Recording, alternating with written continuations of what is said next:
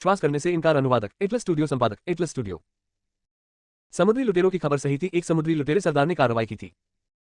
शायद रॉय के विचार में वह केवल कैसेंड्रा को उसका बदला पूरा करने में मदद कर रहा था, लेकिन वास्तव में समुद्री डाकुओं की नजर में यह मामला पहले ही एक पौराणिक स्तर तक बढ़ चुका था। दानव, नरक का कुत्ता, लिच, ये जीव जो केवल धर्मों की किंवदंतियों में मौजूद थे, वास्तविक जीवन में प्रकट हुए और समुद्री डाकुओं को परेशानी में डाल दिया। लेकिन दूसरी ओर, अगर कोई इस मामले को सुलझा सकता है, तो क्या इसका मतलब यह नहीं होगा कि उन्हें बहुत प्रतिष्ठा मिलेगी? ठीक समुद्री डाकू कप्तान रीड की तरह, जिसने सोचा था कि वह मरे हुए हत्यारे बन सकता है, और उसे कभी यह संदेह नहीं हुआ कि मनुष्य खुद को अधिक आंक रहे थे और इच्छाधारी सोच रहे थे। हालांकि किसी को भी यह उम्मीद नहीं थी कि सबसे पहले आगे आने वाला व्यक्ति काला सागर का समुद्री डाकू सरदार अम्मान होगा। 7 समुद्रों में घूमने वाले कुख्यात 9 समुद्री लुटेरों में से एक के रूप में अम्मान कम बुद्धि वाला व्यक्ति नहीं था। दूसरे समुद्री लुटेरों के शोर मचाने से पहले उसे इतनी जल्दी बाहर नहीं निकलना चाहिए था। अपनी प्रतिष्ठा के साथ उसे खुद का नाम बनाने के लिए फ्रोजन घोस्ट शिप को हराने पर निर्भर रहना अनावश्यक लगा, लेकिन वह फ्रोजन घोस्ट शिप से छुटकारा पाने के इरादे के बारे में बोलने वाला पहला व्यक्ति बन गया। शुरुआत में जब टोटुगा बंदरगाह के समुद्री लुटेरों ने यह खबर सुनी तो वे थोड़े सशंकित हुए, लेकिन फिर किसी ने बताया कि इसका संबंध अम्मान की आस्था से हो सकता है। हाँ, काला सागर का समुद्री डाकू राजा धार्मिक था। राक्षस और मरे हुए लोग अब्राहमिक धर्मों की किंवदंतियों से निकले प्राणी थे, यहाँ तक कि पुजारी भी बुराई को खत्म करने के लिए नहीं निकले थे, तो इसका अम्मान से क्या लेना देना था? लेकिन कोई और रास्ता नहीं था। ज्यादातर समय इस तरह के धार्मिक संघर्ष के लिए किसी कारण की जरूरत नहीं थी। अम्मान ने सोचा कि अगर वह जमे हुए भूख जहाज पर मौजूद राक्षस को खत्म कर सकता है, तो क्या इससे ये साबित नहीं होगा कि वह वास्तव में अल्लाह के मार्गदर्शन में काला सागर का बेटा था? क्या इससे ये साबित नहीं होगा कि अल्लाह ईश्वर से बड़ा है? समुद्री लुटेरे मोटे तौर पर अंदाजा लगा सकते थे कि अम्मान क्या सोच रही थी, इसलिए वे सभी ये देखने के लिए इंतजार कर रहे थे कि आगे क्या होगा। ब्लैक सी के समुद्री लुटेरे सरदार के बारे में कहा जाता है कि समुद्री लुटेरे उससे बहुत डरते थे, क्योंकि ब्लैक सी का बेटा और समुद्री लुटेरे सरदार भी एक ऐसा अस्तित्व था जो अलौकिक शक्तियों का इस्तेमाल करना जानता था। ऐसा कहा जाता था कि उसके समुद्री लुटेरे बेड़े में हर जहाज पर वुडू ज़ॉम्बी होते थे। इन वुडू ज़ॉम्बी को पुनर्जीवित लाशों के नाम से भी जाना जाता था, और अम्मान ने उन्हें अपने नियंत्रण में लेकर अपने लिए लड़ाई लड़ी। वे बहुत ताकतवर राक्षस थे जिन्हें दर्द नहीं होता था और जिन्हें मारना भी मुश्किल था। इन पुनर्जीवित लाशों की मदद से ही अम्मान को अजय कहा जा सकता था, और अम्मान स्वयं वुडू बुलियों का प्रयोग करना जानता था, और वह अपने शत्रुओं को मारने के लिए श्रापों का प्रयोग कर सकता था। ऐसे अजीब प्रतिद्वंद्वी के सामने साधारण समुद्री डाकू पूरी तरह से असहाय थे, इसलिए वे अम्मान से बेहद डरते थे और उसे उकसाने की हिम्मत नहीं करते थे। लेकिन अब अम्मान समुद्री लुटेरों का प्रतिनिधित्व कर रही थी, इसलिए भले ही वे अम्मान से डरते थे, लेकिन समुद्री लुटेरे उसकी तारीफ करने में कंजूस नहीं थे। जब वे शराबखानों में इस बारे में बात करते थे, तो वे सब दूर से ही उसकी चाटुकारिता करते थे। यदि अम्मान वास्तव में सफल हो गया, तो उसकी प्रतिष्ठा 9 समुद्री डाकुओं के शीर्ष पर पहुंच जाएगी। रॉय को इस बारे में पता नहीं था, लेकिन लगभग 12 दिन बाद रॉय ने फ्रोजन घोस्ट शिप के आसपास एक बड़ा बेड़ा देखा।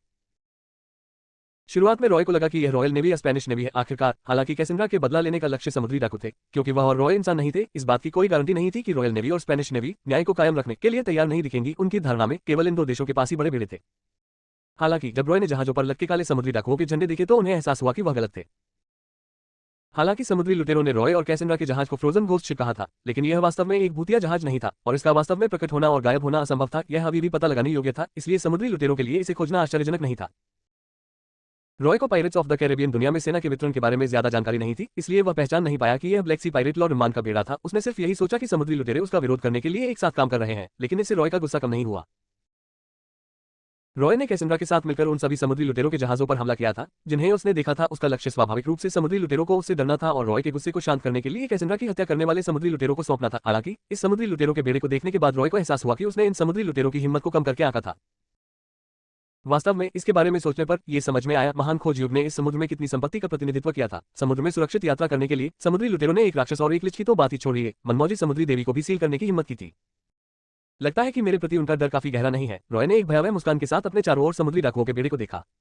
Boom boom boom. इससे पहले कि समुद्री लुटेरों का बेड़ा फ्रोजन घोस्ट शिप के करीब पहुंचता, बारिश की तरह तोप के गोले ऊपर से उड़ गए। जो तोप के गोले लक्ष्य पर नहीं लगे, वे समुद्र में ऊंचे पानी के खंभों पर गिरे, और जो तोप के गोले फ्रोजन घोस्ट शिप पर लगे, उनसे बर्फ के टुकड़े उड़ गए। हालांकि रॉय के ठंडे जादू से संघनित काली और ठोस बर्फ तोप के गोलों के प्रभाव को अवशोषित कर सकती थी, और जहाज की रक्षा करने में उसे कोई समस्या नहीं होनी चाहिए। लेकिन अगर वह जहाज पर अपनी जादुई शक्ति बर्बाद करता, तो ये बहुत ज्यादा खर्चीला होता। इस प्रकार रॉय ने समुद्री लुटेरों को जमे हुए भूख जहाज को नष्ट करने की अनुमति दी और फैट टाइगर और कैसेंड्रा के साथ आकाश में उड़ गया। पीछे से पकड़ो, मैं पहले उन्हें सबक सिखाऊंगा, रॉय ने कैसेंड्रा से कहा, इससे पहले कि वह अपने पंख फड़फड़ाता और समुद्री लुटेरों के जहाजों की ओर उड़ जाता। दूरी के कारण समुद्री लुटेरों ने रॉय को उड़ते हुए नहीं देखा। उन्होंने केवल जमे हुए भूख जहाज को अनगिनत तोपों की बमबारी के तहत अनगिनत टुकड़ों में बदलते देखा, और जोर से जयकारे लगाए बिना नहीं रह सके। लेकिन इससे पहले कि वे जश्न मना पाते, रॉय आसमान से नीचे आ गिरा। धमाका। रॉय बेड़े के एक जहाज पर जा गिरा, जिससे पूरा जहाज 2 बार हिल गया, जिससे डेक पर बड़ी दरारें आ गईं। समुद्री लुटेरों की चौंकती निगाहों के सामने रॉय धीरे से खड़ा हुआ। उसने अपनी बाहें और पंख फैलाए और जोर से दहाड़ लगाई। इस जोरदार गर्जना के साथ रॉय का भय का प्रभामंडल पूरी तरह सक्रिय हो गया। एक अदृश्य शक्ति क्षेत्र फैल गया और पूरे समुद्री डाकू जहाज को घेर लिया। जहाज पर मौजूद 200 से ज्यादा लुटेरों के दिलों में डर की एक बेकाबू भावना थी। उनके तनावग्रस्त हाथ अचानक ढीले पड़ गए और उन्होंने अपने हाथों में मौजूद हथियार नीचे गिरा दिए, जिससे देख पर खटपट की आवाजें आने लगी। उनके पैरों में सारी ताकत खत्म हो गई थी और वे कमजोर होकर जमीन पर घुटने टेक रहे थे, और कुछ डरपोक लुटेरों ने तो अपनी पैंट भी गीली कर ली थी। इतना ही नहीं, भय के प्रभामंडल के निरंतर प्रभाव से ये समुद्री डाकू वास्तव में अपने डर के चरम पर पहुंचने के बाद जोर से चीखने लगे। वे डर के मारे चीखते हुए देख पर भाग गए। जहाज के किनारे के कुछ समुद्री डाकू हवा और ऊंची लहरों की परवाह किए बिना सीधे समुद्र में कूद गए। समुद्री लुटेरों के जहाज पर सवार लोगों ने सिर्फ एक ही मुठभेड़ में लड़ने की इच्छाशक्ति खो दी थी। कमजोर इच्छाशक्ति वाले लोगों के लिए डर के प्रभामंडल का असर हल नहीं हो सकता था। हालांकि कुछ ऐसे भी थे जो अप्रभावित थे। वे पुनर्जीवित लाशें थीं जिन्हें अम्मान ने जहाज पर व्यवस्थित किया था। ये पुनर्जीवित लाशें फूली हुई थीं और मोटे लोगों की तरह दिख रही थी, लेकिन वास्तव में उनके मोटे शरीर केवल सूजे हुए थे। इनमें से प्रत्येक पुनर्जीवित लाश में मोटे और बदबूदार फोड़े थे, और फोड़े से लगातार पीले हरे रंग का मवाद निकल रहा था। पुनर्जीवित लाशों के सभी मुंह टेढ़े थे, आंखें भूरी सफेद थीं और वे मृत लोगों की तरह दिख रही थी। भारी कदमों के साथ वे अपने हाथों में विभिन्न हथियार लेकर रॉय पर टूट पड़े। रॉय की नजर में ये पुनर्जीवित लाशें सभी मरे हुए लोग थे जिन्होंने अपनी आत्मा खो दी थी। हालांकि उन्हें पुनर्जीवित लाशें कहा जाता था, लेकिन वे सड़े हुए मांस की तरह थे जो एक गुप्त तकनीक के नियंत्रण में चल सकते थे। रॉय इन बदसूरत ज़ोंबी प्राणियों को अपने पास कैसे आने दे सकता था? पंजा फैलाते हुए रॉय ने एक पुनर्जीवित लाश पर अपनी मुट्ठी कस ली। अपनी शक्तिशाली साइकोकाइनेसिस के साथ उसने तुरंत पुनर्जीवित लाश को ऊपर तैरने के लिए नियंत्रित किया और फिर हल्के से झटका दिया। पुनर्जीवित लाश तुरंत अन्य पुनर्जीवित लाशों से टकरा गई। इस जहाज पर कुल 6 पुनर्जीवित लाशें थीं। उनकी संख्या बहुत ज्यादा नहीं थी, लेकिन वे एक ही समय में बाहर निकल आए थे। रॉय द्वारा कुचले जाने के बाद ये पुनर्जीवित लाशें जो फुर्तीली नहीं थीं, एक देर में लुढ़क गईं। बेड़े में अभी भी विभिन्न आकारों के दर्जनों जहाज थे। रॉय ने इन लोगों पर समय बर्बाद करने की योजना नहीं बनाई थी। जब ये पुनर्जीवित लाशें एक साथ लुढ़क रही थी, रॉय ने सिस्टम स्पेस से फ्रॉस्टमॉन को बाहर निकाल लिया। फ्रॉस्टमॉन को नीचे की ओर पकड़कर रॉय ने अपनी तलवार को टूटे हुए डेक में घुसा दिया। अगले ही पल चटकने की आवाजें आने लगी। फ्रॉस्टमॉन की शक्तिशाली विनाशकारी शक्ति के कारण जहाज का डेक ढहने लगा और डेक से लेकर होल तक अनगिनत दरारें फैल गईं। तलवार से निकलने वाली तीव्र ठंडी आभा ने दरारों में मौजूद जल वाष्प को भी जमाकर बर्फ बना दिया। इस तरह जब दरारें बर्फ से भर जाती तो पूरा जहाज अब टिक नहीं पाता। एक जोरदार धमाके के साथ पूरा जहाज फट गया। पलक झपकते ही विशाल जहाज हजारों टुकड़ों में बिखर गया, मानो उस पर हजारों किलोग्राम का बम गिरा हो। हालांकि वहां आग नहीं दिख रही थी, टुकड़ों में सिर्फ सूरज की रोशनी को परावर्तित करने वाले अनगिनत बर्फ के क्रिस्टल थे। कितना क्रूर और दुखद दृश्य था। रॉय द्वारा जहाज को नष्ट करने के बाद समुद्री डाकू पानी में गिर गए, जबकि रॉय ने अपने पंख हवा में फड़फड़ाए और दूसरे जहाज पर हमला करने के लिए मुड़ गया। कस्टम में अध्याय 103 एक अविस्मरणीय ग्रीटिंग उपहार। अनुवादक एटलस स्टूडियोज, संपादक एटलस स्टूडियोज। जब रॉय ने अपना काम खत्म किया तो फैट टाइगर और कैसेंड्रा आ गए। कैसेंड्रा तो नहीं सकती थी, लेकिन तैर सकती थी। जब फैट टाइगर ने उसे जहाज पर बिठाया तो उसे उसकी कोई परवाह नहीं रही। वह दूसरे जहाज पर चढ़ गया और आग लगा दी।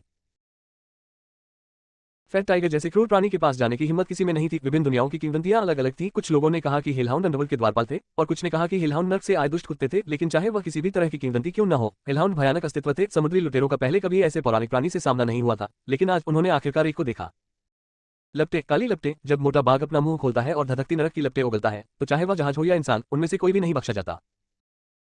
नरक की आग से बहुत ज्यादा गर्मी नहीं निकलती थी, लेकिन शायद यही वजह थी कि नरक की आग का तापमान बहुत ज्यादा था। अगर समुद्री लुटेरों का कोई भी अंग नरक की आग को छूता तो वो कुछ ही सेकंड में जलकर राख हो जाता और उन्हें आग बुझाने के लिए पानी में कूदने का भी समय नहीं मिलता।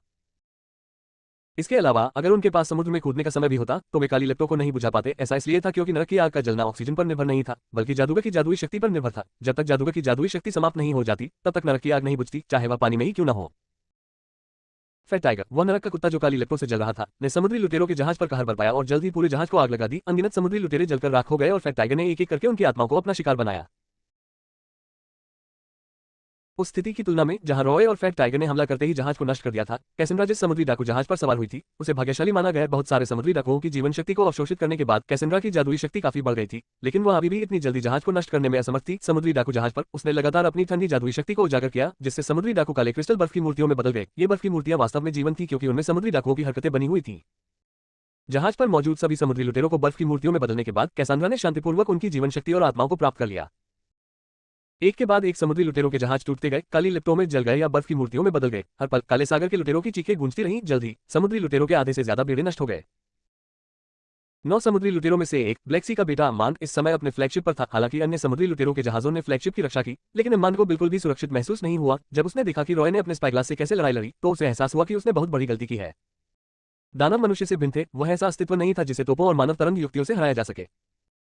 जब उसने देखा कि रॉय उड़ सकता है, तो उसे पता चल गया कि समुद्री लुटेरों ने अपना सबसे बड़ा लाभ खो दिया है, क्योंकि रॉय पानी पर बिल्कुल भी नहीं लड़ता था। जहां तक पुनर्जीवित लाशों की बात है जिन्हें उसने जहाजों पर रखा था, उनका कोई असर नहीं हुआ। पुनर्जीवित लाशें चाहे कितनी भी शक्तिशाली क्यों न हो या मौत से कितनी भी निडर क्यों न हो, अगर वे दुश्मन के संपर्क में भी नहीं आ सकती तो वे अपनी भूमिका कैसे निभा सकती हैं। अतीत में अम्मान पुनर्जीवित लाशों को अधीनस्थ के रूप में पाकर खुद से बहुत खुश था। हालांकि अब उसे एहसास हुआ कि पुनर्जीवित लाशों का खतरा केवल मनुष्यों के खिलाफ ही उपयोगी था। दानव, नरक के कुत्ते और लिच के लिए वे कुछ भी नहीं थे। कप्तान, जल्दी से कोई रास्ता सोचो। जहाज पर सवार समुद्री लुटेरे ये सब देखकर कांप रहे थे। उन्हें पता था कि रॉय उनके आसपास के समुद्री लुटेरों के जहाजों को नष्ट करने के बाद जहाज की तरफ बढ़ेगा। घबराओ मत, अम्मान ने खुद को शांत रहने के लिए मजबूर किया और फिर सावधानी से अपनी छाती की जेब से एक वुडू गुड़िया निकाली।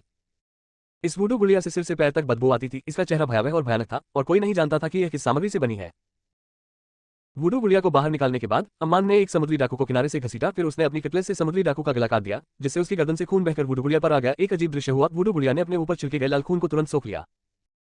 पर्याप्त नहीं, एक राक्षस को श्राप देना पर्याप्त नहीं है, अम्मान ने अपने दांत पीसते हुए कहा, जब उसने 2 और समुद्री लुटेरों को घसीटा और उन्हें मार डाला ताकि वुडू गुड़िया पर खून डाला जा सके। जब वुडू गुड़िया पूरी तरह से लाल हो गई तो अम्मान ने उसे सावधानीपूर्वक जमीन पर रख दिया और एक अस्पष्ट भाषा में कुछ मंत्र पढ़ना शुरू कर दिया। मूल रूप से शापित होने वाले लक्ष्य के कुछ हिस्सों को प्राप्त करना सबसे अच्छा था, जैसे कि बाल, नाखून और इसी तरह की अन्य चीजें। वुडू गुड़िया के शरीर में इन चीजों को दफनाने के बाद वे वुडू गुड़िया के अभिशाप की शक्ति को बड़ा और मजबूत कर सकते थे। हालांकि अम्मान को भरोसा नहीं था कि वह रॉय से कुछ भी प्राप्त कर सकता है, इसलिए वह केवल बलपूर्वक जादू कर सकता था। अम्मान के मंत्रोच्चार के बाद वुडू गुड़िया, जो जमीन पर सपाट पड़ी थी, धीरे धीरे अपने शरीर को सीधा कर रही थी, मानो कोई अदृश्य रेखा उसे पकड़कर नियंत्रित कर रही हो। जब फ्लैगशिप पर मौजूद समुद्री लुटेरों ने यह अजीब दृश्य देखा तो वे चुप हो गए और चुपचाप कुछ कदम पीछे हट गए। हालांकि जैसे जैसे वुडू गुड़िया सीधी खड़ी होती गई, उसकी हरकतें धीमी होती गईं। जब वह पूरी तरह से खड़ी होने वाली थी तो उसे भारी प्रतिरोध का सामना करना पड़ा। अम्मान के माथे से पसीना बह रहा था। एक राक्षस को हवा से शाप देना जितना उसने सोचा था, उससे कहीं ज्यादा मुश्किल था। ये देखकर कि वुडू गुड़िया सीधी खड़ी नहीं हो पा रही थी, अम्मान ने अपनी जीभ को काटने और अपना खून वुडू गुड़िया पर छिड़कने का मन बना लिया। जादूगर के खून से वुडू गुड़िया आखिरकार खड़ी हो गई। अम्मान ऐसा लग रहा था जैसे उसे अभी अभी पानी से बाहर निकाला गया हो और उसका शरीर पसीने की बदबू से लथपथ था, लेकिन उसने राहत की सांस ली। अम्मान ने आगे बढ़कर वुडू गुड़िया को पकड़ लिया। फिर उसने अपनी कमर से खंजर निकाला और वुडू गुड़िया की बाह में घोंप दिया। उसके बाद अम्मान ने घबराई हुई रॉय को देखा। रॉय ने अभी अभी एक समुद्री डाकू जहाज को बर्फ के एक बड़े टुकड़े में जमा दिया था और अगले जहाज की ओर बढ़ने ही वाला था कि उसे अपने बाएं हाथ में अचानक दर्द महसूस हुआ। नीचे देखने पर रॉय को अपने बाएं हाथ पर एक छोटा सा घाव दिखाई दिया। ये घाव करीब 2 सेंटीमीटर लंबा था और उसमें से थोड़ा खून निकल रहा था। मेरी त्वचा पर खरोंच कब आए? रॉय ने शुरू में सोचा कि उसे अराजक लड़ाई के दौरान कुछ चोटें लगी हैं, लेकिन जल्द ही उसे एहसास हुआ कि कुछ गड़बड़ है। अम्मान ने कभी नहीं सोचा होगा कि वुडू गुड़िया का उपयोग करने में सफल होने के बावजूद रॉय पर लागू होने के बाद वुडू गुड़िया का अभिशाप प्रभाव काफी कम हो गया था। उसके खंजर से रॉय की एक भुजा सीधे अपंग हो जानी चाहिए थी, लेकिन ये रॉय पर केवल एक खरोंच थी। इसके अलावा रॉय की आत्मचिकित्सा क्षमता के तहत ये घाव कुछ ही सेकंड में ठीक हो गया। रॉय ने इस समय प्रतिक्रिया व्यक्त की, क्या ये घाव जो कहीं से भी प्रकट हुआ था शापित था? रॉय अवाक रह गया। एक राक्षस को श्राप? जादूगर क्या सोच रहा है? क्या वह नहीं जानता कि राक्षसी काले जादू की उत्पत्ति है? एक राक्षस के रूप में वह अंधेरे ताकतों के लिए एक मजबूत प्रतिरोध के साथ पैदा हुआ था और अम्मान की वुडू गुड़िया भी काले जादू से पैदा हुई एक प्रकार की जादू टोना थी। मनुष्यों के लिए यह वास्तव में भयानक हो सकता है, क्योंकि एक बार अभिशाप सफल होने के बाद इसका मतलब होगा कि उनका जीवन और मृत्यु जादूगर के नियंत्रण में होगी, लेकिन राक्षसों के लिए ये केवल एक छोटी सी समस्या थी। वुडू के अभिशाप से पीड़ित होने के बाद रॉय ने तुरंत अभिशाप के स्रोत को भांप लिया और उस जहाज पर कब्जा कर लिया जहां अम्मान थी। क्या जादूगर उस जहाज पर है? रॉय ने देखा कि अम्मान के जहाज का आकार अन्य समुद्री डाकू जहाजों से अलग था और तुरंत महसूस किया कि यह एक प्रमुख जहाज था। इसलिए उसने कास्टर को एक अविस्मरणीय ग्रीटिंग उपहार देने की योजना बनाई। हालांकि शाप जादू अजीब था, लेकिन इसे तोड़ना आसान था। आप जादूगर को मार सकते थे या माध्यम को नष्ट कर सकते थे। रॉय ने समुद्र में जमे हुए एक समुद्री डाकू जहाज का सामना किया, अपना हाथ आगे बढ़ाया और धीरे से अपना हाथ ऊपर उठाया। रॉय की साइकोकाइनेसिस के प्रभाव में छोटी नाव हिंसक रूप से हिलने लगी और उस पर जमी बर्फ से तेज आवाजें आने लगी। अपने जहाज पर सवार अम्मान को एहसास हुआ कि उसके अभिशाप का रॉय पर कोई खास असर नहीं हुआ है। वह निराश था, ये जानते हुए कि उसके काले जादू का इस राक्षस पर कोई खास असर नहीं हुआ। अपने समुद्री लुटेरों के जहाजों को लगातार नष्ट होते देख उसने पहले ही पीछे हटने का इरादा कर लिया था। हालांकि इससे पहले कि वह पीछे हटने का आदेश दे पाता, उसने रॉय को जहाज पर कुछ करते देखा। वह क्या करना चाहता है? अम्मान ने सोचा। यह पर्याप्त नहीं है, इसे फिर से मजबूत करो। रॉय ने अपने साइकोकाइनेसिस आउटपुट को मजबूत किया। उसकी भुजाओं पर नसें उभर रही थी। जैसे जैसे साइकोकाइनेसिस का उत्पादन बढ़ता गया, जमी हुई नाव अंततः एक उछाल के साथ समुद्री जल के चूषण बल से मुक्त हो गई और रॉय के नियंत्रण में तैरने लगी। ये देखकर अम्मान चौंक गया। उसे आखिरकार पता चल गया कि रॉय क्या करना चाहता था। जल्दी भागो भागो, अम्मान दहाड़ी। जहाज पर सवार समुद्री डाकू भी बुरी तरह डर गए थे। अम्मान की दहाड़ सुनकर उन्होंने पतवार घुमाए और पाल खोले। वे पीछे मुड़कर भागना चाहते थे। हालांकि तब तक बहुत देर हो चुकी थी। रॉय ने अपनी पूरी ताकत से तैरती हुई नाव को घुमाया। ये हवा में एक चाप बनाती हुई अम्मान के फ्लैगशिप से टकराए। हालांकि यह केवल एक छोटी लकड़ी की नाव थी, लेकिन ये काफी भारी थी। ये रॉय की वर्तमान साइकिकनेसिस की सीमा थी, इसलिए जब उसने इसे फेंका तो लक्ष्य को नियंत्रित करना मुश्किल था। फिर भी ये फ्लैगशिप पर समुद्री डाकुओं के लिए एक बुरे सपने की तरह था। जब आकाश में सेलबोट की विशाल छाया ने उन्हें घेर लिया तो सभी का दिमाग खाली हो गया। धमाका! एक भयानक टक्कर हुई। रॉय की नाव ने जब अम्मान के जहाज को टक्कर मारी तब तक उसका आधा हिस्सा ही घूम पाया था। भारी टक्कर के कारण जहाज का अगला हिस्सा ऊपर उठ गया और जहाज पर मौजूद समुद्री लुटेरे चीखने लगे और वे ऊपर उड़ गए। फिर वे बहुत ज्यादा गतिज शक्ति वाले अनगिनत टुकड़ों से टकराए और हवा में ही लाशों में बदल गए। अध्याय 104 पढ़ें। समुद्र का शैतान प्रकट होता है। ऑनलाइन सभी पृष्ठ उपन्यास बिन। अध्याय 104 समुद्र का शैतान प्रकट होता है। ये दुखद दृश्य सभी जीवित बचे समुद्री लुटेरों ने देखा, जिससे उनके मन में एक ही साथ यह विचार आया कि मां, मैं घर जाना चाहता हूं। बहुत शक्तिशाली मनुष्य राक्षस का मुकाबला कैसे कर सकते थे? यहां तक कि कैप्टन अम्मान भी असफल हो गए थे। शायद केवल वे पुजारी और देवदूत ही राक्षस को मार सकते थे। जहाज का मुख्य जहाज जो आधे में टूट गया था धीरे धीरे पानी में डूबने लगा। पानी में गिरे समुद्री डाकू जहाज से दूर तैरने की कोशिश कर रहे थे क्योंकि उन्हें पता था कि डूबते जहाज का भंवर दिखाई देने पर उनके लिए बच पाना बहुत देर हो जाएगी। रॉय ने फ्लैगशिप के ऊपर से उड़ान भरी और उस जादूगर की तलाश की जिसने उसे श्राप दिया था। उसे नहीं पता था कि वह व्यक्ति मर चुका है या नहीं, लेकिन उसे माध्यम को पकड़ना था।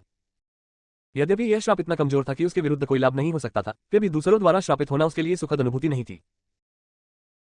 इनमें से ज्यादातर समुद्री डाकू आम लोग थे, इसलिए जब तक वह जादुई उतार चढ़ाव वाली जगहों को ढूंढ सकता था वह जादूगर या माध्यम को ढूंढने में सक्षम था। रॉय ने जादुई उतार चढ़ाव को ध्यान से महसूस किया, केवल ये देखने के लिए कि उनमें से एक धीरे धीरे समुद्र के तल में डूब रहा था। रॉय ने अनुमान लगाया कि यह अभिशाप डालने के लिए इस्तेमाल किया जाने वाला माध्यम हो सकता है, इसलिए वह समुद्र में कूद गया।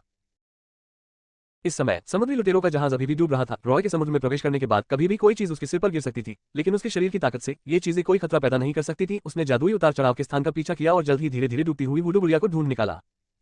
ये चीज बहुत अजीब थी कि समुद्र के पानी पर तैर नहीं रही थी बल्कि डूब गई थी। रॉय ने इसे पकड़ लिया। ये बहुत बदसूरत है, यह क्या है? रॉय थोड़ा हैरान हुआ, लेकिन फिर भी वह समुद्र से बाहर निकल आया और वापस आकाश में उड़ गया। रॉय ने वुडू गुड़िया को पकड़ लिया और उसे टुकड़ों में फाड़ दिया। वुडू गुड़िया के जादूगर के नियंत्रण से बाहर हो जाने के बाद वह बिना किसी चिंता के उसे सुरक्षित रूप से नष्ट कर सकता था। हालांकि रॉय को फिर जादूगर के बारे में सोचना पड़ा। जब उसने दूसरे समुद्री लुटेरों के जहाजों को नष्ट किया तो उसे उन ज़ॉम्बी जैसे राक्षसों की याद आई। उसे लगा कि उन ज़ॉम्बी जैसे राक्षसों को भी संभवतः उस जादूगर ने नियंत्रित किया होगा जिसने उसे श्राप दिया था। रॉय इस आदमी को जाने नहीं देना चाहता था जो एक काले जादूगर की तरह था। चूंकि वह काला जादू जानता था, इसका मतलब था कि उसके पास जादू के उतार चढ़ाव भी थे। हालांकि रॉय की जादुई शक्ति के लिए संवेदन सीमा बड़ी नहीं थी, लेकिन ये समुद्री डाकू पानी में गिर गए थे और बहुत दूर तक तैरने में असमर्थ थे, इसलिए रॉय समुद्र के ऊपर उड़ गया और खोज शुरू कर दी। अम्मान भाग्यशाली था, वह पहले से ही धनुष पर डेक पर था। जल्दी से मुड़ने के कारण रॉय ने सीधे उसे नहीं मारा था जब उसने सेलबोट को नीचे गिरा दिया और अम्मान समुद्र में गिर गया। लेकिन फिर भी वह अभी भी बुरी तरह घायल था। उसका पूरा दाहिना पैर टूट गया था और उसका पूरा शरीर घावों से भरा हुआ था। इस समय वह लकड़ी के एक टुकड़े को पकड़े हुए था और भारी सांस लेते हुए समुद्र पर तैर रहा था।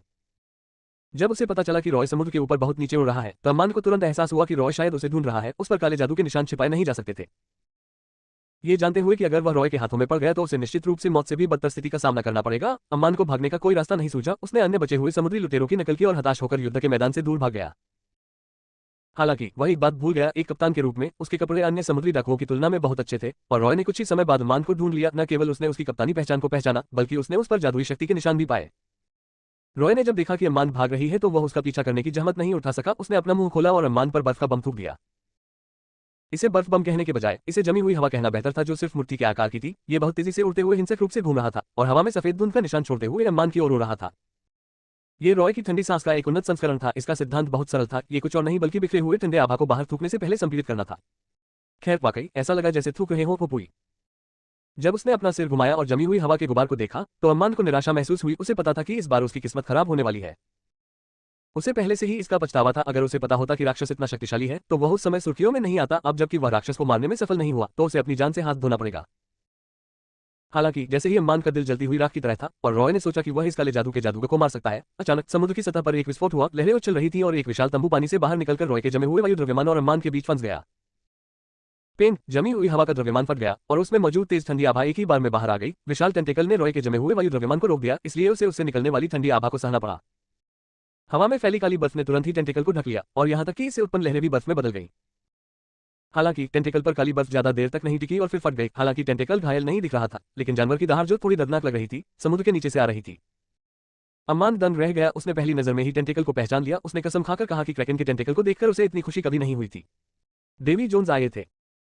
मानो अम्मान की बात को सच साबित करने के लिए अचानक समुद्र की सतह फट गई और एक भयंकर दिखने वाला विशालकाय जहाज सतह से बाहर आ गया। इसकी गति इतनी तेज थी कि एक फुफकार के साथ वह पानी से बाहर निकलकर सबके सामने आ खड़ा हुआ। समुद्री शैवाल और बानाकल से ढका हुआ पतवार, फटे हुए पाल और धनुष पर नुकीले दांतों से भरे सींग, ये सब जहाज की पहचान बताते थे। फ्लाइंग डचमैन समुद्र के शैतान डेवी जोन्स का प्रसिद्ध युद्धपोत। बचे हुए समुद्री लुटेरे बेजान आंखों से पानी से बाहर निकले युद्धपोत को देख रहे थे। आमतौर पर वे फ्लाइंग डचमैन के दिखने से डर सकते थे, लेकिन अब उनमें डरने की ताकत नहीं थी। एक दानव, लिच और हेलहाउंड दिखाई दिए थे, इसलिए समुद्र के एक और शैतान का होना कोई बड़ी बात नहीं थी। केवल अम्मान को ही आशा की प्रबल भावना महसूस हुई और वह निश्चित रूप से जानता था कि डेवी जोन्स यहाँ क्यों था। फ्लाइंग डचमैन के डेक पर अभी भी पानी भर रहा था, लेकिन अजीब जीवों का एक समूह पहले से ही डेक पर खड़ा था। उनका नेतृत्व ऑक्टोपस के चेहरे वाला डेवी जोन्स कर रहा था। उसके मुंह में एक पाइप था और उसकी छोटी छोटी आंखें हवा में रॉय को ध्यान से देख रही थी। उसकी थोड़ी पर टेंटेकल जैसी दाढ़ी हिल रही थी। जैसे ही रॉय ने डेवी जोन्स को देखा उसे तुरंत उस मछली आदमी की याद आ गई जिसे उसने इस दुनिया में आने पर भगा दिया था। वह डेवी जोन्स के अधीनस्थों में से एक था। मछली वाला आदमी कैसेंड्रा की आत्मा को खोजने आया था। रॉय द्वारा उसे भगाए जाने के बाद वह पहले से ही डेवी जोन्स द्वारा खोजे जाने के लिए तैयार था। हालांकि उसे उम्मीद नहीं थी कि डेवी जोन्स इन 2 से 3 महीनों के दौरान उसके सामने कभी नहीं आया। ये निश्चित रूप से असंभव था कि मछली आदमी ने अपना संदेश नहीं दिया था। रॉय को यकीन था कि डेवी जोन्स उसके अस्तित्व के बारे में जानने वाला पहला व्यक्ति था, लेकिन इतने लंबे समय तक डेवी जोन्स ने ऐसा व्यवहार किया जैसे कि उसे कुछ भी पता नहीं था। कुछ समय के लिए रॉय ने सोचा कि वह उसके जैसे राक्षस के साथ संघर्ष में नहीं पड़ना चाहता था, इसलिए उसने कैसेंड्रा की आत्मा को अनदेखा करने का फैसला किया। बेशक यह एक अच्छी बात थी, रॉय डेवी जोन्स के साथ कोई अप्रिय बात नहीं करना चाहता था जब वह अनावश्यक हो। हालांकि रॉय को अब लगा कि उसने गलत अनुमान लगाया था। जैसे ही वह कास्टर को मारने वाला था, डेवी जोन्स अचानक प्रकट हुआ। इसके अलावा वह क्रैकन लाया। वह क्या करना चाहता था?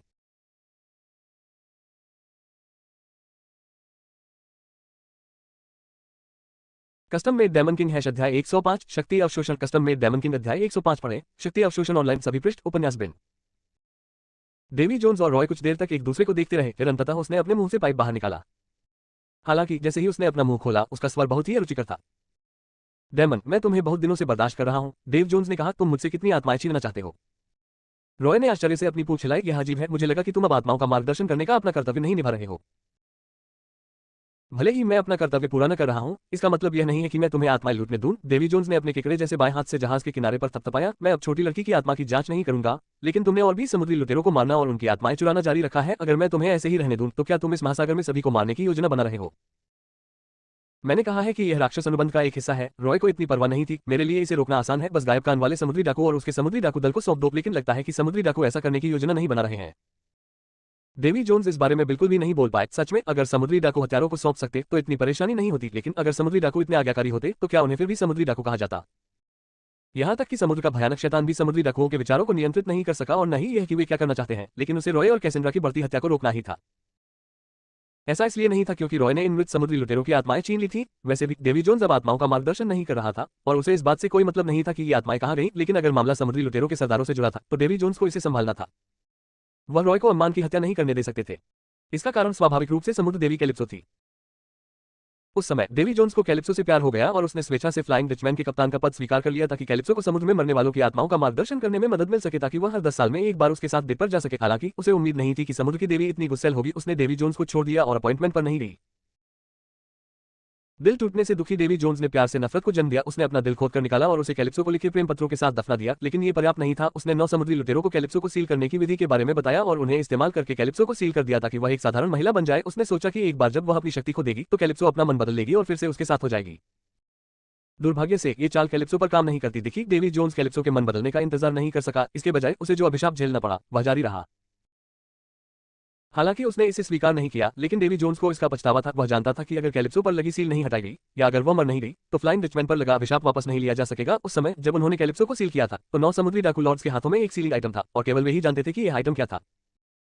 अम्मान भी उन समुद्री लुटेरों में से एक थी जिन्होंने उस समय सीलिंग की रस्म में हिस्सा लिया था। अगर रॉय ने अम्मान को मार दिया तो यह सीलिंग आइटम फिर कभी नहीं मिलेगा। उस समय कैलिप्सो को हमेशा के लिए सील कर दिया जाएगा और फ्लाइंग डचमैन पर लगा अभिशाप भी कभी नहीं हटेगा। यह एक गंभीर मामला था। बेशक डेवी जोन्स अम्मान को मरते हुए नहीं देख सकता था, इसलिए वह केवल यहां आकर अम्मान की जान बचा सकता था। अम्मान को स्वाभाविक रूप से पता था कि डेवी जोन्स क्यों आया था और वह बेहद खुश था। वह जानता था कि जब तक उसके पास टोकन है, डेवी जोन्स उसकी रक्षा के लिए हर संभव कोशिश करेगा। चूंकि आप पीछे हटना नहीं चाहते तो मैं आपको केवल निष्कासित ही कर सकता हूं। जैसी कि उम्मीद थी, डेवी जोन्स ने थोड़ी देर चुप रहने के बाद रॉय से निर्णायक रूप से यह कहा। जैसे ही उसकी आवाज गिरी, समुद्र के नीचे मौजूद विशालकाय क्रैकन भी बाहर आ गया। उसके विशाल तंबू फिर से पानी से बाहर निकल आए और इस बार कई तंबू एक बड़े जाल में उलझ गए जो रॉय की ओर बढ़ रहा था। रॉय ने अपने राक्षसीपन फड़फड़ाए और फ्रॉस्टमॉन द्वारा उस पर किए गए सीधे हमले से बच निकला। लेकिन रॉय को आश्चर्य हुआ कि फ्रॉस्टमॉन की विनाशकारी शक्ति टेंटिकल को काटने में असफल रही। क्रैकन के तंबू मृत मूंगे और शैवाल के आकार के गोले की एक मोटी परत से ढके हुए थे। इन चीजों ने क्रैकन को असहनीय दर्द से खुजली करवा दी, लेकिन साथ ही उन्होंने क्रैकन के लिए सुरक्षा की एक परत भी प्रदान की। इसके अलावा तंबू पहले से ही सख्त थे, इसलिए फ्रॉस्टमॉन के कट जाने के बाद इसे मिलने वाला प्रतिरोध बहुत ज्यादा था। इसकी तुलना में फ्रॉस्टमॉन का हमला फ्रॉस्ट पावर हमले जितना प्रभावी नहीं था। कोरल और शैवाल द्वारा बनाई गई रक्षात्मक परत शारीरिक हमलों को अलग कर सकती थी, लेकिन तापमान के संचरण को नहीं। क्रैकन ने रॉय के जमे हुए वायु द्रव्यमान को पहले रोक दिया था। उसके बाद क्रैकन को कुछ चोटें लगी थी। उस समय निकली दहाड़ ने यह साबित कर दिया। हवा में रॉय ने क्रैकन के लगातार हमलों को चकमा दिया, लेकिन वह फ्रॉस्टमॉन को नहीं मार सका। वह निश्चित रूप से जानता था कि फ्रॉस्टमॉन के हमले का क्रैकन पर ज्यादा प्रभाव नहीं पड़ेगा, लेकिन वह क्रैकन को चोट नहीं पहुंचाना चाहता था। एक और अवसर की तलाश में रॉय ने एक पास से गुजर रहे तंतु पर जोरदार वार किया। इस बार फ्रॉस्टमॉन की नोक ने आखिरकार थोड़ा छेद कर दिया और रॉय को उस जगह से कुछ गंदा तरल निकलता हुआ दिखाई दिया जहां उसने छेद किया था। उसी समय फ्रॉस्टमॉन से एक हल्की रोशनी चमकी। एक विशाल शक्ति फ्रॉस्टमॉन से प्रेषित हुई और फिर रॉय के शरीर में विलीन हो गई। यह शक्ति अवशोषण था। रॉय ने यह विशेषता विशेष रूप से फ्रॉस्टमॉन के लिए निर्धारित की थी ताकि वह बड़े जीवों का सामना करने पर इसका उपयोग कर सके। यह विशेषता वास्तव में आम लोगों के खिलाफ इस्तेमाल किए जाने पर बहुत बेकार थी। ऐसा इसलिए था क्योंकि शक्ति अवशोषण का प्रभाव हमले के लक्ष्य की शक्ति का केवल 10% ही खींच सकता था और इसे बार बार स्टैक नहीं किया जा सकता था। आम लोगों के पास ज्यादा ताकत नहीं थी, इसलिए 10% अवशोषण रॉय की ताकत को ज्यादा नहीं बढ़ा सकता था, लेकिन बड़े जीवों पर इस्तेमाल किए जाने पर यह अलग था। शुरुआत में रॉय का काल्पनिक लक्ष्य वास्तव में ड्रैगन थे। वह जानता था कि उसके दानव शरीर के साथ उसकी ताकत की वृद्धि असीमित नहीं हो सकती। इसके अलावा चाहे वह कितनी भी बढ़ जाए, ड्रैगन की ताकत के बराबर बढ़ना असंभव था। इसलिए भविष्य में शक्ति अवशोषण का उपयोग करके और इसे रक्तपिपासा के साथ पूरक करके वह अपनी ताकत और ड्रैगन की ताकत में अंतर को संतुलित कर सकता था और उन्हें मार सकता था। लेकिन अब उसे ड्रैगन नहीं बल्कि एक क्रैकन दिखाई दिया जिसका आकार और ताकत भी उतनी ही बड़ी थी। बेशक रॉय को परीक्षण करना था। रॉय को लगा कि शक्ति अवशोषण के प्रभाव में उसके शरीर की मांसपेशियां फूल गए हैं। हालांकि यह केवल 10% था। क्रैकन से प्रेषित शक्ति पहले से ही बहुत चौंकाने वाली थी। ये स्पष्ट था कि उसके पास किस तरह की भयानक शक्ति थी। उसने जो ताकत सोखी थी उसे हमेशा के लिए बरकरार नहीं रखा जा सकता था। समय की सीमा थी, इसलिए रॉय ने देरी करने की हिम्मत नहीं की। फ्रॉस्टमॉन को दूर करने के बाद उसने तुरंत खुद पर ब्लडल्स का इस्तेमाल किया। दो ताकतवर बफर्स के साथ रॉय को ऐसा महसूस हुआ जैसे वह एक मुक्का में धरती को भेद सकता है। उसने अवसर की तलाश की और अचानक अपनी बाहें बंद कर ली तथा क्रैकन के एक अंक को गले लगा लिया। टेंटेकल को पकड़ने के बाद वह आकाश में उड़ गया और अपनी पूरी ताकत से ऊपर की ओर खींचने लगा। एक जोरदार आवाज के साथ रॉय ने धीरे धीरे क्रैकन को बाहर निकाला जो समुद्र की सतह के नीचे छिपा हुआ था। यहां तक कि क्रैकन भी एक क्षण के लिए अचंभित और स्तब्ध रह गया। जब क्रैकन को यह एहसास हुआ कि क्या हो रहा है तो उसने अपने पानी के नीचे मौजूद अपने तंतुओं से तेजी से नाव चलाना शुरू कर दिया ताकि रॉय के खिंचाव के विरुद्ध पानी की धारा की शक्ति का उपयोग किया जा सके। पानी क्रैकन को उछाल दे सकता है, लेकिन ये रॉय के लिए प्रतिरोध भी ला सकता है। अगर रॉय अभी क्रैकन को पानी से बाहर नहीं निकाल पाया तो उसे फिर से बाहर निकालने की कोशिश करना मुश्किल होगा। रॉय को अफसोस के साथ हार माननी पड़ी जब उसे एहसास हुआ कि नीचे क्रैकन और भी मजबूत होता जा रहा है। वह देखना चाहता था कि क्रैकन कितना बड़ा है, लेकिन उसे उम्मीद नहीं थी कि वह उसे आधा बाहर निकालने के बाद उसे बाहर नहीं निकाल पाएगा। यह अफसोस की बात है कि पर्यावरण मुझे सीमित कर रहा है, अन्यथा अगर मैं इसे हवा में ला सकता तो यह आदमी इतना खतरनाक नहीं होता। रॉय ने सोचा जब वह अचानक चमक उठा और दर्जनों मीटर दूर दिखाई दिया। और जिस क्षण वह दूर चला गया, पानी की एक अत्यंत पतली धारा उसके मूल स्थान के पास से बह गई। यह एक अत्यंत खतरनाक जल दबाव चाकू था जिसे डेवी जोन्स ने उगला था। कस्टम मेड डायमंड किंग अध्याय 106 समान रूप से मिलान। कस्टम मेड डायमंड किंग अध्याय 106 पढ़ें। समान रूप से मिलान ऑनलाइन सभी पृष्ठ उपन्यास बिन। अध्याय 106 समान रूप से मेल खाता। इस पायरेट्स ऑफ द कैरेबियन दुनिया में डेवी जोन्स समुद्र का शैतान निश्चित रूप से इस दुनिया की अलौकिक शक्तियों का सबसे उल्लेखनीय प्रतिनिधि था। अम्मान की काली जादू टोना के विपरीत जिसमें वुडू गुड़ियों का प्रयोग किया जाता था, डेवी जोन्स वास्तव में कुछ विनाशकारी जादू कर सकता था। ये वाटर प्रेशर चाकू वास्तव में उच्च दबाव का उपयोग करके निकाले गए पानी के जेट थे और उनमें बहुत शक्तिशाली काटने की क्षमता थी। रॉय ने बीच हवा में उड़ान भरी और डेवी जोन्स द्वारा दागे गए कई वाटर प्रेशर चाकुओं को चकमा दिया। उन्होंने डेवी जोन्स पर जमे हुए हवाई बमों को भी दागकर जवाब दिया, लेकिन वे सभी क्रैकन द्वारा अवरुद्ध कर दिए गए। रॉय को लगा कि यह कोई समाधान नहीं है। डेवी जोन्स क्रैकन को अपनी ढाल की तरह इस्तेमाल कर रहा था और लंबी दूरी के हमलों का उस पर कोई खास असर नहीं हो रहा था। इस प्रकार रॉय ने एक अंतराल की तलाश की, फ्लाइंग डचमैन की ओर गोता लगाया और एक धमाके के साथ भूख जहाज के डेक पर उतरा। मुझे विश्वास नहीं है कि आप क्रैकन को अपने जहाज पर हमला करने देंगे। इस विचार को ध्यान में रखते हुए रॉय ने अपना हाथ बढ़ाया, फ्रॉस्टमॉन को बुलाया और डेवी जोन्स पर हमला कर दिया। डेवी जोन्स ने फ्रॉस्टमॉन को रोकने के लिए अपनी तलवार निकाली तो एक खनक सुनाई दी। दुर्भाग्य से उसके हाथ में तलवार कुछ खास नहीं लग रही थी। जब वह फ्रॉस्टमॉन से टकराए तो वह 2 टुकड़ों में टूट गई। फ्रॉस्टमॉन ने डेवी जोन्स की छाती पर वार करना जारी रखा और उसे 2 टुकड़ों में काट दिया। हालांकि डेवी जोन्स की मौत नहीं हुई। उसने अपनी तलवार गिरा दी और रॉय की कलाई पर अपना हाथ रख दिया। छपाक की आवाज के साथ ही एक विशाल पानी का गोला प्रकट हुआ और रॉय को घेर लिया।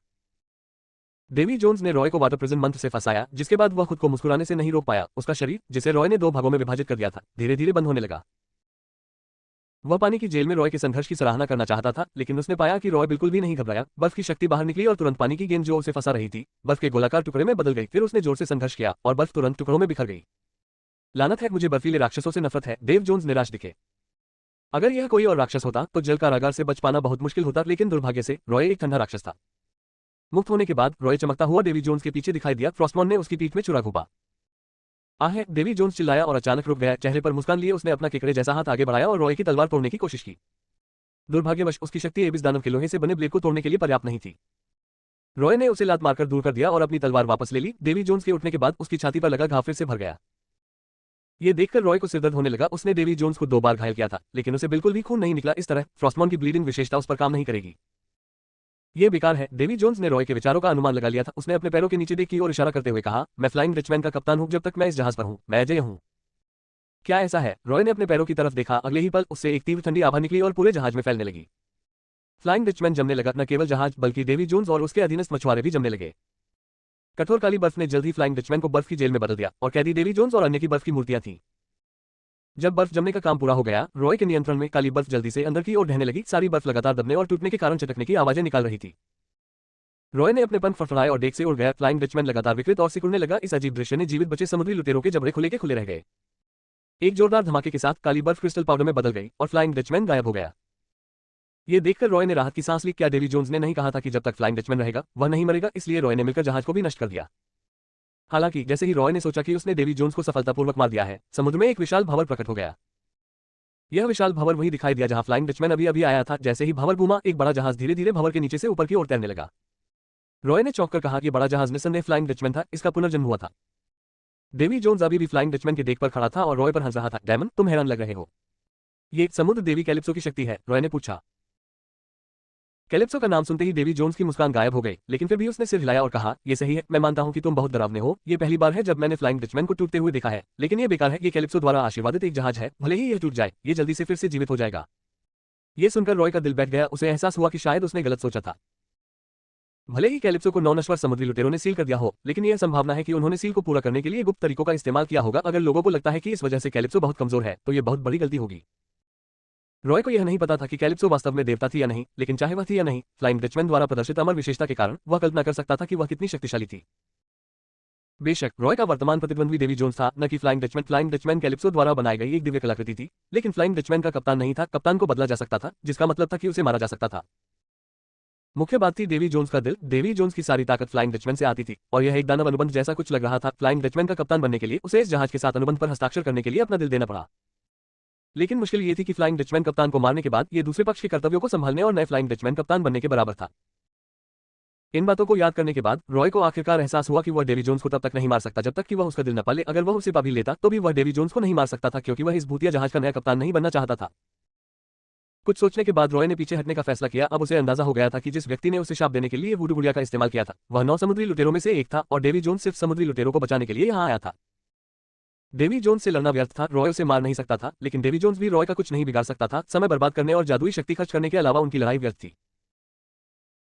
इसलिए रॉय ने फ्रॉस्टमॉन को दूर रखा, हवा में उड़ गया और डेवी जोन्स से कहा, ठीक है, मैं इस बार इसे जाने दूंगा, लेकिन मैंने पहले ही कहा था कि अगर मैं उन समुद्री लुटेरों को नहीं ढूंढ पाया तो मैं नहीं रुकूंगा। इसलिए बेहतर होगा कि आप उस आदमी को सलाह दें जिसे आपने बचाया था। यदि आप इस आपदा को समाप्त करना चाहते हैं तो आपको जल्द से जल्द उन समुद्री लुटेरों को सौंप देना चाहिए। इसके साथ ही रॉय ने समुद्र की ओर अपना हाथ लहराया और साइकोकाइनेसिस से उस पर तैर रही सभी आत्माओं को पकड़ लिया। सामान्य लोगों के विपरीत डेवी जोन्स आत्माओं को देख सकता था, इसलिए उसका चेहरा काला पड़ गया, लेकिन उसने कुछ नहीं कहा। जैसा कि रॉय ने कहा था, डेवी जोन्स भी रॉय के सामने असहाय था। आखिरकार अभी लड़ाई सिर्फ समुद्र पर ही नहीं बल्कि फ्लाइंग डचमैन पर भी थी। ये डेवी जोन्स का घरेलू मैदान था। फिर भी रॉय के कारण फ्लाइंग डचमैन एक बार ढह चुका था और उसे फिर से जीवित होने के लिए कैलिप्सो द्वारा छोड़ी गई शक्ति पर निर्भर रहना पड़ा। इसलिए भले ही रॉय ने अपनी नाक के नीचे बड़ी संख्या में आत्माओं को पकड़ लिया हो, वह उन्हें वापस नहीं ला सकता था। वह केवल जहाज के किनारे पर वार कर सकता था और शाप दे सकता था, लानत है राक्षस पर। फिर उसने अपने आदमियों को जहाज पर नियंत्रण करने और वापस पानी में गोता लगाने के लिए कहा। रॉय ने एक समुद्री डाकू जहाज छीन लिया और फैट टाइगर और कैसेंड्रा के साथ जाने से पहले जहाज को एक नए जमे हुए भूत जहाज में बदलने के लिए ठंड शक्ति का उपयोग किया। केवल इम्मान और उसके जीवित बचे समुद्री डाकू अधीनस्थ जीवन रक्षक वस्तुओं की खोज में समुद्र में तैरते रह गए। जब इम्मान लाइफ बोट पर सवार हुआ तो उसने समुद्र में तैरती लाशों को देखकर भयभीत होकर अपने आप से पूछा, क्या मुझे समुद्री डाकुओं की एक बैठक बुलानी चाहिए? उसे लगा कि उसे दूसरे समुद्री लुटेरों की राय सुनने की जरूरत है, क्योंकि अगर वह वाकई हत्यारों को सौंपना चाहता था तो उसे उन्हें खोजने के लिए दूसरे समुद्री लुटेरों की ताकत उधार लेनी होगी। यह मुख्य रूप से इसलिए था क्योंकि दानव द्वारा दी गई जानकारी बहुत स्पष्ट थी। समुद्र पर हजारों समुद्री लुटेरे थे और कई ऐसे समुद्री लुटेरे थे जिनके कान नहीं थे, जहां तक एक छोटी लड़की को मारने की बात है। अल्लाह पर ऐसे समुद्री लुटेरे और भी ज्यादा थे। केवल उसके जैसे समुद्री डाकू सरदार की जांच के साथ वह उन्हें कब ढूंढ पाएगा? इसलिए अन्य समुद्री डाकू लॉर्ड्स की मदद के बिना यह असंभव था।